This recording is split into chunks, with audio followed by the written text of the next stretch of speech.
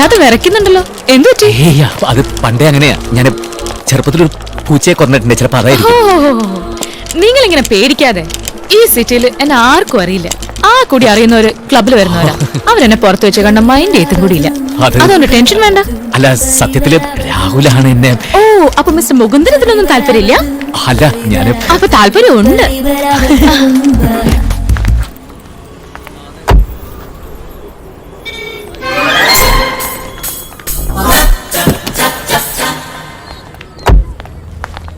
എന്താ പ്രശ്നം? എന്തോ അല്ല, മുകുന്ദേട്ടന്റെ കാറ് ഇതെന്താ ഇവിടെ ഇപ്പോ?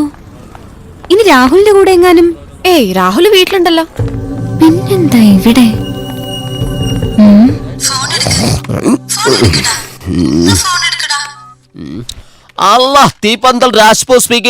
എടാ, ഇത് കൃഷ്ണേന്ദുവാ. ആ, ചേച്ചിയായിരുന്നാ? ചേച്ചി ആ ഡയാനയുടെ ഫീച്ചർ പോലും എനിക്ക് തരുന്നില്ല ചേച്ചി. ചേച്ചി, എനിക്ക് ഒറ്റ കുറ്റേ ഉള്ളൂ. ഞാൻ ചേച്ചിയുടെ ബന്ധുവായി പോയി. അയ്യോ, അതൊക്കെ പിന്നെ പറയാം. മുകുന്ദേട്ടനുണ്ടോ അവിടെ? നോക്കട്ടെ. ഇല്ല ചേച്ചി, ഇതുവരെ വന്നിട്ടില്ല. സുമി ഇവിടെ ഉണ്ട്. പക്ഷേ അയ്യോ ചേച്ചി, ദീപാറാണി എത്തിയിട്ടില്ല. ഭഗവാനെ, എന്റെ ചേച്ചിക്ക് നല്ലത് മാത്രം വരുത്തണമേ. എടി, മുകുന്ദേട്ടൻ ഇതുവരെ ഓഫീസിൽ എത്തിയിട്ടില്ലെന്ന്. എന്റെ അമ്മ, ആ ദീപാറാണി വന്നിട്ടില്ലെന്ന്. അയ്യോ എടി, ഞാൻ പറയുന്നത് കേക്ക്. മുകുന്ദൻ പോലെ ഇത്ര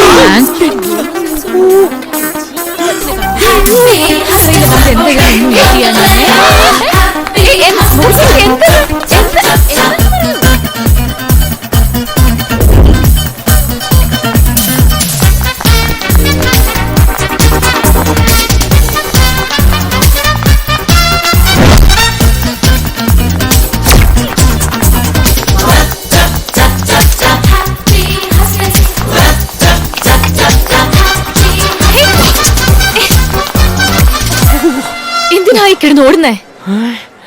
എക്സസൈസ്. ഇവിടെയോ? ആ, ഞാൻ എന്നും ഈ കോംപ്ലക്സിലല്ലേ എക്സസൈസ് ചെയ്യുന്നത്. നീ വെയിറ്റ് ചെയ്യണമെങ്കിൽ ഞാനൊരു 10 റൗണ്ടും കൂടെ ഓടിയിട്ട് വരാേ. ഞാൻ വരുന്നവരെ ഇവിടെ തന്നെ വെയിറ്റ് ചെയ്യണേ.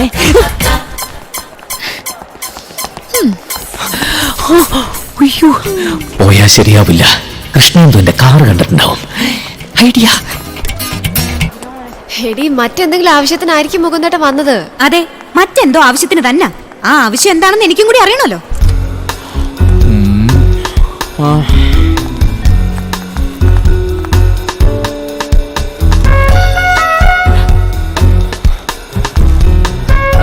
ഹലോ, അതെ, മുകുന്ദൻ മേനനാണ്. ആഹാ, ഓഹോ,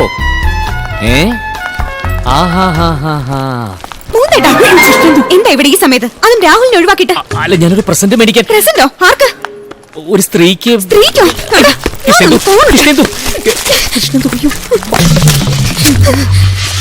എന്റെ കൃഷ്ണേന്ദുവിന് സ്വന്തം മുകുന്ദേട്ടൻ.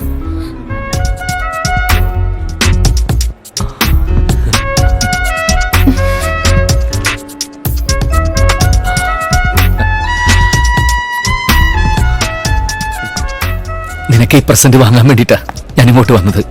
പിന്നെ നിനക്കൊരു സർപ്രൈസ് ആയിക്കോട്ടെ എന്ന് കരുതിയിട്ടാ പെട്ടെന്ന് മറ്റൊരു സ്ത്രീ എന്നൊക്കെ പറഞ്ഞത്. സോറി. ഇപ്പൊ എന്തായി? ഞാൻ പറയാറില്ല, ഒരു കാര്യം ആദ്യം അവസാനം അറിയാതെ എടുത്ത് ചാടാൻ പാടില്ലെന്ന്. ഓക്കെ, നിങ്ങളുടെ പർച്ചേസ് നടക്കട്ടെ. സോറി.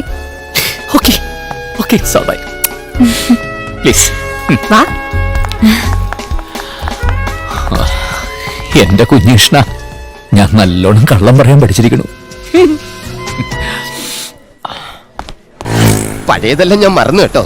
അതെ, അവൻ ചാകാൻ നടക്കുന്നു എന്നൊക്കെ പറഞ്ഞത് ഉള്ളതാ. അതെ, അതിന് കല്യാണം കഴിച്ചവർക്കൊക്കെ അല്ലേ ചാകാനൊക്കെ തോന്നുള്ളൂ. ഇവൻ ബാച്ചിലർ അല്ലേ? ഞാൻ തിയറീസ് വെച്ചാ പറഞ്ഞു. എന്റെ തിയറികളൊന്നും തെറ്റാറില്ല. അവനെ രക്ഷിക്കാൻ പോയിട്ട് അവസാനം കുട്ടിയുടെ തിയറിയും തെറ്റി കൈക്കുഞ്ഞുമായിട്ട് കയറി വരരുത്. ഞാനിവിടെ ഇറക്കി വിടുവേ. ഇങ്ങനെ ഇറക്കി വിടും എന്നൊക്കെ പറഞ്ഞ് ഇടയ്ക്കിടയ്ക്ക് ബ്രേക്ക് പിടിക്കുന്ന എനിക്ക് ഇഷ്ടമാ. അതെ, ഈ ആത്മഹത്യക്ക് ശ്രമിക്കുന്ന എല്ലാരും കുട്ടിയെ രക്ഷിക്കാറുണ്ടോ? ഉണ്ടെങ്കിൽ സത്യം പറയാലോ, എനിക്ക് ഒരു കാമുകി ഉണ്ടായിരുന്നു. അവൾക്ക് പന്നിപ്പനി ഒന്നും മരിച്ചുപോയി. ഞാനും ആത്മഹത്യക്ക് ശ്രമിക്കാണ്. നല്ല കാര്യം, ആത്മഹത്യ ചെയ്തോളൂ. നടക്കില്ല. നമുക്ക് ആ പൈപ്പ് ലൈൻ റോഡ് വഴി പോയാ മതിയായിരുന്നു. എന്താ ഷോർട്ട് കട്ടാ? അല്ല, അവിടെ ഒരുപാട് ഗട്ടറുണ്ട്.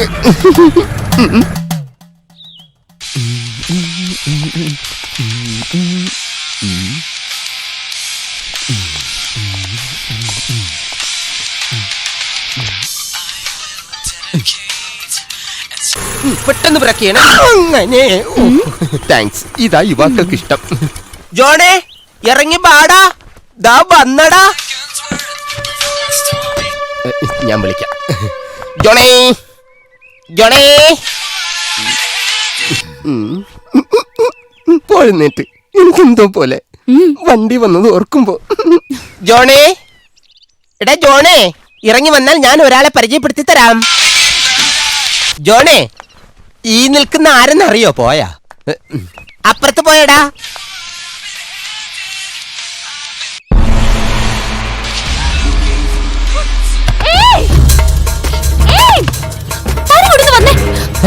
എന്തിന്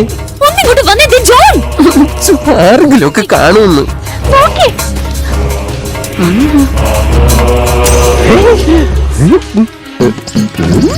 ഇത് തന്നെ അവസരം.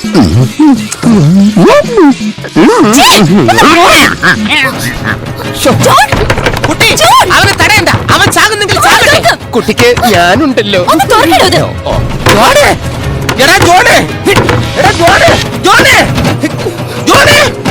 യുവന് എന്റെ സ്വഭാവം നിനക്കറിയില്ല.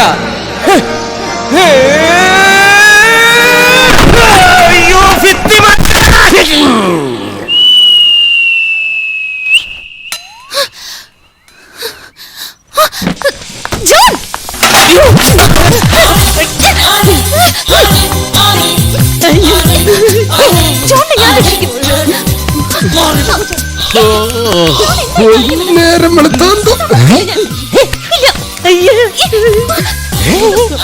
അത് ശരി, എന്നെ ഉറക്കിട്ട് ഇവിടെ ഇതാണല്ലോ ഈ പരിപാടി. ബാക്കിയുള്ളവനെ അസൂയപ്പെടുത്താതെ. എന്നൊന്നും പങ്കുവച്ചത് നീ എനിക്ക് ഇവിടെ സമാധാനം തരികയല്ലേ? എല്ലാം കഴിഞ്ഞിട്ട് സമാധാനം തരൂലെന്താ? ഓഫീസിൽ ഇരുന്ന് എന്നെ വിളിച്ചിറക്കൊണ്ടുവന്ന ഈ കുട്ടിയോട് എന്നാതിന്? അതെ, എന്നതാ നിന്റെ ഉദ്ദേശം? എടാ നിനക്ക് മനസ്സിലായില്ലേ, ഇത് മറ്റേ കേസ്. നിർത്തി. ജീവിതത്തിൽ ഞാൻ ആദ്യമായിട്ടാ ആത്മാർത്ഥതയുള്ള ഒരു പുരുഷനെ കാണുന്നത്. മരിച്ചു പോയൊരു പെൺകുട്ടിക്ക് വേണ്ടി മരിക്കാൻ നടക്കുന്ന ഒരു പുരുഷൻ. രാവിലെ തുടങ്ങുന്ന പ്രേമം വൈകുന്നേരം അവസാനിപ്പിക്കുന്നവരാ മിക്ക ആണുങ്ങളും.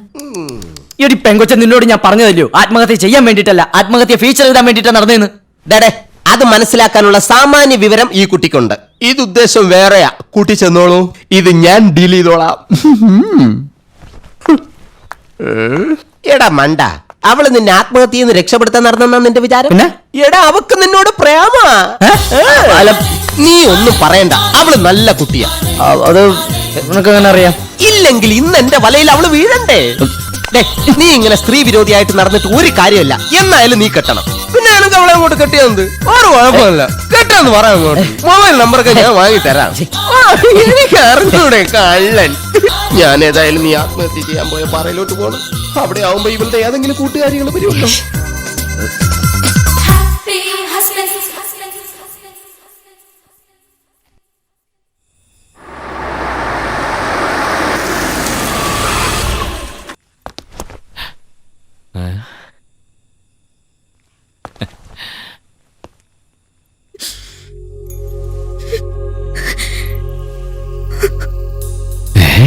കരയുന്നോ എന്റെ കുഞ്ഞീഷ്ണ? കൃഷ്ണ എന്തോ കരഞ്ഞു. എല്ലാം തുറന്നു പറഞ്ഞേക്കാം.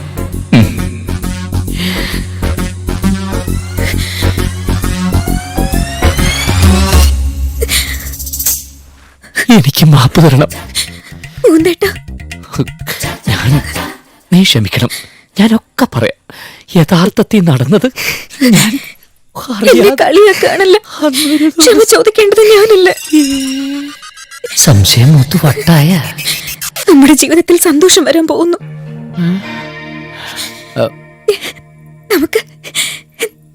നമുക്കൊരു കുഞ്ഞ് ചിരിക്കാൻ പോകുന്നു.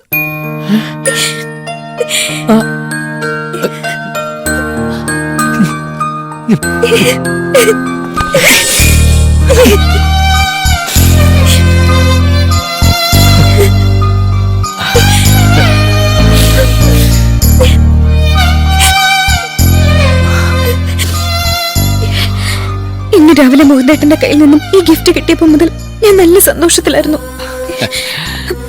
പെട്ടെന്നൊരു ക്ഷീണവും തളർച്ചയൊക്കെ തോന്നി. ശ്രേയമൊത്ത് ഡോക്ടറെ കണ്ടു. 'അമ്മയാവുന്ന എന്റെ ക്ഷീണത്ര കുറച്ച് ദിവസങ്ങളായിട്ട് ഞാൻ ആലോചിക്കാറുണ്ട്. ഞാൻ മുകുന്ദേട്ടനെ ആവശ്യമില്ലാതെ സംശയിക്കുന്നതിന്റെ ശിക്ഷ പോലെ ആയിരിക്കും ഏയ് ഭഗവാൻ എനിക്കൊരു കുഞ്ഞിനെ തരാത്തെന്ന്. ഈയിടെയായിട്ട് മുകുന്ദേട്ടനെ കുറ്റം പറയാതിരിക്കാൻ ഞാൻ ശ്രമിക്കാറുണ്ട്. പിന്നെ രാഹുലുമായി കൂട്ടുകൂടിയപ്പോ എനിക്ക് സമാധാനമായി. ഇന്നിപ്പോ എനിക്ക് ഈ സമ്മാനം വാങ്ങി തന്നപ്പോ പൂർണ്ണ സന്തോഷമായി, വിശ്വാസമായി.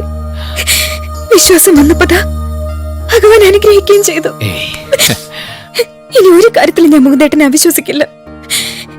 എന്നോട് ക്ഷമിക്കണം. എന്നോട് നീയും ക്ഷമിക്കണം. എന്തിന്? അല്ല, അറിഞ്ഞോ അറിയാതെയോ നിന്നെ ഞാനും വിഷമിപ്പിച്ചിട്ടില്ലേ? ആര് പറഞ്ഞു? കഴിഞ്ഞതൊക്കെ പോട്ടെ, നമുക്കിനി പുതിയൊരു ജീവിതം, അല്ല ഇനിയാണ് നമ്മൾ ജീവിച്ചു തുടങ്ങാൻ പോണത്.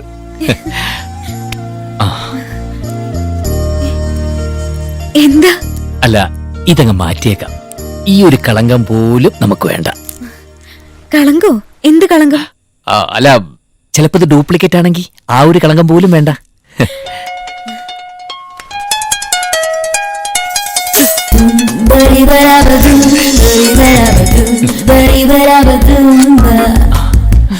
ഞാൻ സംശയിക്കുന്നു വിചാരിച്ചിട്ടാ കട്ട് ചെയ്തതല്ലേ? ഏയ് അങ്ങനെയൊന്നുമില്ല. നല്ലൊരു അച്ഛനെ സംശയിച്ചാലേ എന്റെ മോൻ എന്നോട് ചോദിക്കും.